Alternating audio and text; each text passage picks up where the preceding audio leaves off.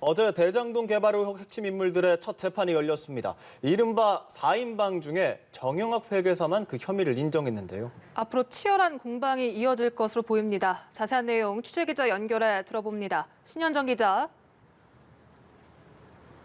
네, 어제 첫 재판은 40여 분 만에 끝났습니다. 법정에는 4인방 중 유동규 전 성남도시개발공사 본부장만 출석했습니다. 정식 재판 전에 쟁점과 증거 목록을 점검하는 공판준비기일에는 피고인의 출석 의무가 없습니다. 어제 주목할 점은 정영학 회계사만 혐의를 인정했다는 건데요.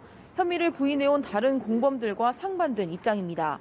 정 회계사 변호인은 낙인이 찍힐까 두려움이 있지만 공소 사실에 대해 인정한다고 밝혔습니다. 수사의 핵심 근거인 녹취록을 제공하는 등 검찰 도우미를 자처해 구속을 피했는데 재판에도 적극 협조하겠다고 나선 겁니다. 나머지 세 인물은 기록을 제대로 검토하지 못했다며 혐의 인정 여부를 밝히지 않았습니다. 다만 김만배 씨 측은 녹취록의 증거 능력에 의구심을 제기했습니다. 남욱 변호사 측도 전반적인 공소 사실을 따져보자는 입장입니다. 신 기자, 아직 대장동 의혹 수사가 진행되는 부분들이 있잖아요. 관련 내용도 좀 짚어주시죠. 네, 검찰의 남은 과제는 정관계 로비가 있었는지 그리고 배임 혐의에 윗선이 개입됐는지 여부인데요. 아들 퇴직금 명목으로 25억 원을 받았다는 곽상도 전 의원의 구속영장이 기각되며 보강 수사가 이루어지고 있습니다. 검찰은 금융기관 임직원에 대한 곽 전 의원의 청탁이 이루어졌는지를 살펴보고 있습니다. 배임 윗선의 실체를 밝히려는 작업도 한창입니다. 검찰은 어제 전직 성남시 도시재생과장을 불러 조사했습니다. 성남시에서 대장동 사업 실무를 맡은 인물인 만큼 사업 의사 결정 등을 캐물은 것으로 전해집니다. 김만배 씨는 재판에 넘겨진 후에도 계속 조사를 받고 있어 변호인이 방어권 보장이 어렵다는 우려를 표하기도 했습니다.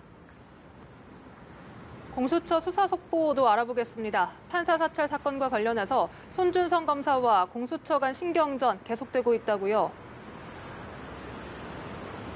네, 현재 공수처는 수사 방향을 고발 사주에서 판사 사찰로 돌린 상태입니다.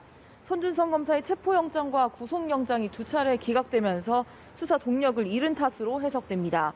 공수처는 고발 사주와 관련해 구속영장이 기각된 지 하루도 안 돼 판사 사찰로 출석을 요구했습니다. 손 검사 측은 건강상 문제를 이유로 일정 재조정을 요청했는데요. 양측은 출석 일정을 조율하고 있습니다. 공수처는 판사 사찰 의혹과 관련된 사실 확인에 나선 상태입니다. 지난달에는 재판부 분석 문건에 언급된 판사들에게 문건이 재판에 끼친 영향 등을 물었습니다. 하지만 이 의혹은 지난 2월 서울고검이 무혐의 결론을 내린 적이 있어서 혐의 구성이 쉽지 않다는 견해도 있습니다. 지금까지 서울중앙지검에서 연합뉴스TV 신현정입니다.